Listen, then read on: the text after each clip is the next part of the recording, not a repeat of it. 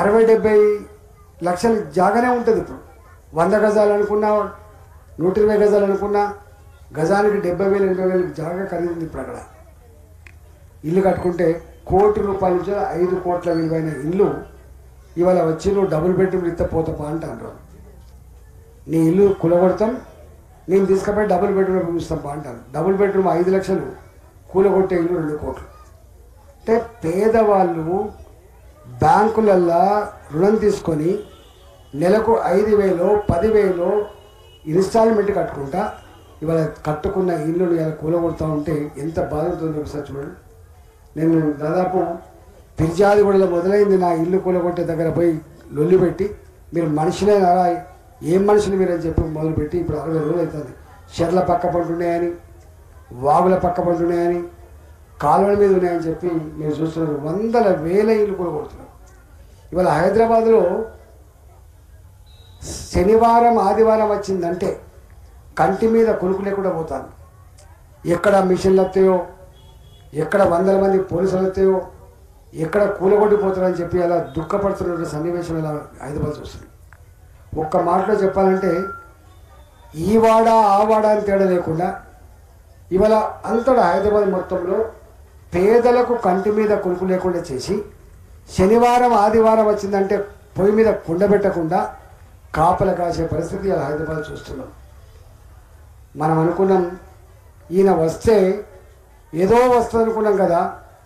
అందరూ అనుకున్నారు మాకు డబుల్ బెడ్రూమ్లు వస్తాయి అనుకున్నారు, ఇంటి జాగలు వస్తాయి అనుకున్నారు, నెలకు 2,500 రూపాయలు మహిళలకు వృత్తి వస్తుంది అనుకున్నారు, చదువుకునే ఆడపిల్లలకు స్కూటీ వస్తుంది అనుకున్నారు, పెళ్లి చేసే ఆడపిల్లకు ₹1,00,000 పాటుగా బంగారం వస్తుంది అనుకున్నారు, ఆటో నడుపుకునే వాళ్ళకు ఎన్ని చెప్పిండ్రు, పిట్టల తోడలేక చెప్పిండ్రు. నమ్మినాం మనం. మీకు 2,500 రూపాయలు వచ్చినాయా? 2,000 ఉన్న పెన్షన్ 4,000 రూపాయలు వచ్చిందా? కళ్ళు లేని వాళ్ళకి, నడుములు వంకరపోయిన వాళ్ళకు 4,000 పెన్షన్ 6,000 వచ్చిందా? కొత్త పెన్షన్లు వచ్చినాయా? కొత్త హ్యాండిక్యాప్ సర్టిఫికేట్ వచ్చినాయా?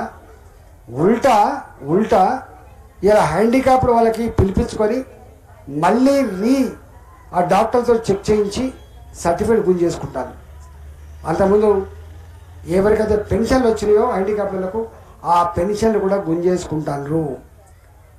అంటే ఇవాళ ప్రజలంతా అనుకుంటున్నారు పేనం మీద నుంచి పొయ్యిల పడ్డం బిడ్డ అనుకుంటారు.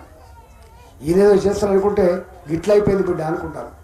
ఇవాళ రేవంత్ రెడ్డి ప్రభుత్వం 6 నెలలు కాకముందే ఆయనేమో 6 సంవత్సరాలు పట్టింది అర్థం చేసుకోవడానికి, అహంకారం అర్థం కావడానికి, ప్రజా వ్యతిరేకత అర్థం కావడానికి. కేసీఆర్ పరిపాలన 6 సంవత్సరాలతో మొదలైంది. కానీ రేవంత్ రెడ్డి ప్రభుత్వం 6 నెలల కాలం గడవకముందే 6 నెలలు గడవకముందే ఇవాళ రోజు ఎట్లా మాట్లాడుతుందో చూసి నేను తిరుగుతూ ఉండే నన్ను పట్టుకొని నేను ముఖ్యమంత్రి ఒక మాట అంటాడు, ఏ రాజేందర్ నువ్వు ఎక్కడ అంటాడు నన్ను పట్టుకొని. నేను ఇక్కడ ఎంపీని నేను మొన్ననే కాలుకు ముళ్ళుగితే పన్నుతో పీకే సర్వీస్ చేస్తా అని చెప్పి ప్రమాణం చేసి నేను ఓట్లేసుకునే ఎంపీని అయ్యా. ఇక్కడ నేను ఈ పేద పక్షాలను తిరుగుతున్నా. నీకు నిజంగా దమ్ముంటే ధైర్యం ఉంటే మా ప్రజలతో మాట్లాడే ప్రయత్నం చేయి, లేకపోతే నాతో మాట్లాడే ప్రయత్నం చేయమని చెప్పిన. ఆ దమ్ము లేదు, ఆ ధైర్యం లేదు. ఆయన అక్కడ పోలీసుల మధ్య కూర్చొని మాట్లాడతాడు. నేనన్నా నీకు ధైర్యం, నువ్వు ముఖ్యమంత్రివే అయితే ప్రజల కోసమే పనిచేసేవాడు అయితే వస్తావా పోదాం దా అని చెప్పి అడిగిన. పోలీసులు లేకుండా నువ్వు నేను కలిసి ఇద్దాం, పోదాం, పేదల ఇళ్లకు పోదాం, మూసినది పక్క పంటున్న ఇళ్లకు పోదాం, చెరువుల పక్క పంటున్న బస్సులకు పోదాం. 50 ఏళ్ల క్రితం 60 ఏళ్ల క్రితం కట్టుకున్నటువంటి ఇల్లు కూలగొట్టే అధికారం నీకు ఎవడిచ్చిందని చెప్పి వాళ్ళు అడుగుతారా లేదా? వాళ్ళు అడుగుతానేమో నేను రాజీనామా చేస్తా అని చెప్పి నువ్వు రాజీనామా చేయని చెప్పిన. ఒకవేళ వాళ్ళు రేవంత్ రెడ్డి గారు మీరు బాగా పనిచేస్తున్నారు, రేవంత్ రెడ్డి గారు మీరు మంచిగా పనిచేస్తున్నారు,